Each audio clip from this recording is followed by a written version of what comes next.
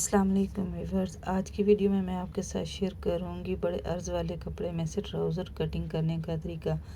तो मेरे पास जो ट्राउज़र का कपड़ा मौजूद है, इसकी लंबाई 1 मीटर यानी 40 इंच और ऊपर ये थोड़ा सा पीस है जिसकी लंबाई 13 इंच है।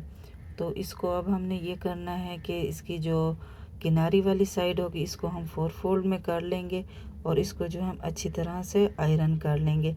और उसके बाद हमने अपने साइज़ का हिसाब लेना है। साइज़ का हिसाब लेने के बाद जो हमारी लंबाई आ रही होगी, ये देखें, तो यहाँ से हमने पहले लंबाई निकालनी है ट्राउज़र की। तो लंबाई निकालने के बाद हमने उसमें निशान लगा लेने हैं। ऊपर से 2 इंच इलास्टिक का हक छोड़ना है और नीचे से हम 3 इंच पोंचे का हक छोड़ेंगे।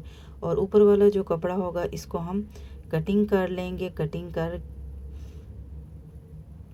देखिए मैंने इसको निकाल लिया है और निकाल लेने के बाद इसको हम एक जैसा कर लेंगे और एक जैसा करने के बाद हम इसको यहाँ पर सेट कर लेंगे। जो हमारे पास ट्राउज़र का खुला हिस्सा होगा उस साइड पे, बंद वाली साइड हमने दूसरी साइड पे कर देनी है। अब हमने जो है ट्राउज़र का जो घेर होगा उसका माप लेना है कि कितना हमारा जो नाप वाला ट्राउज़र है उसका घेर खुला है, यानी हिप वाली साइड।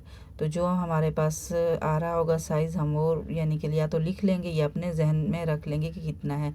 फिर हमने इलास्टिक से थोड़ा सा नीचे यानी 3 इंच नीचे की तरफ उसका घेर चेक करेंगे कि ये यहाँ से कमर वाली साइड से कितना आ रहा है। उसके बाद हमने लेना है आसन का नाप कि आसन की क्या लंबाई है और उसके बाद हमने जो नाप लिया है उस नाप के हिसाब से हम अपने ट्राउज़र पर निशान लगा लेंगे। इस तरह से निशान लगा लेंगे और एक जैसा कर लेंगे। फिर हमने जो है आसन को गोलाई देनी है ताकि आसन जो एक जैसा आए। फिर हमने नीचे से जितना हमारा पंचा आ रहा होगा खुला, ये देखें, पंचे का निशान ले लेंगे, यानी कि जितनी इस पंचे की खुलाई है इससे जो है मैं 1 या आधा इंच जो कटिंग कर रही हूँ उससे खुला रखूँगी।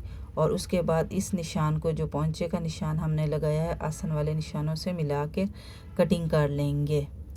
तो इस तरह से जो है हमारा ट्राउज़र ये बनकर रेडी हो चुका है।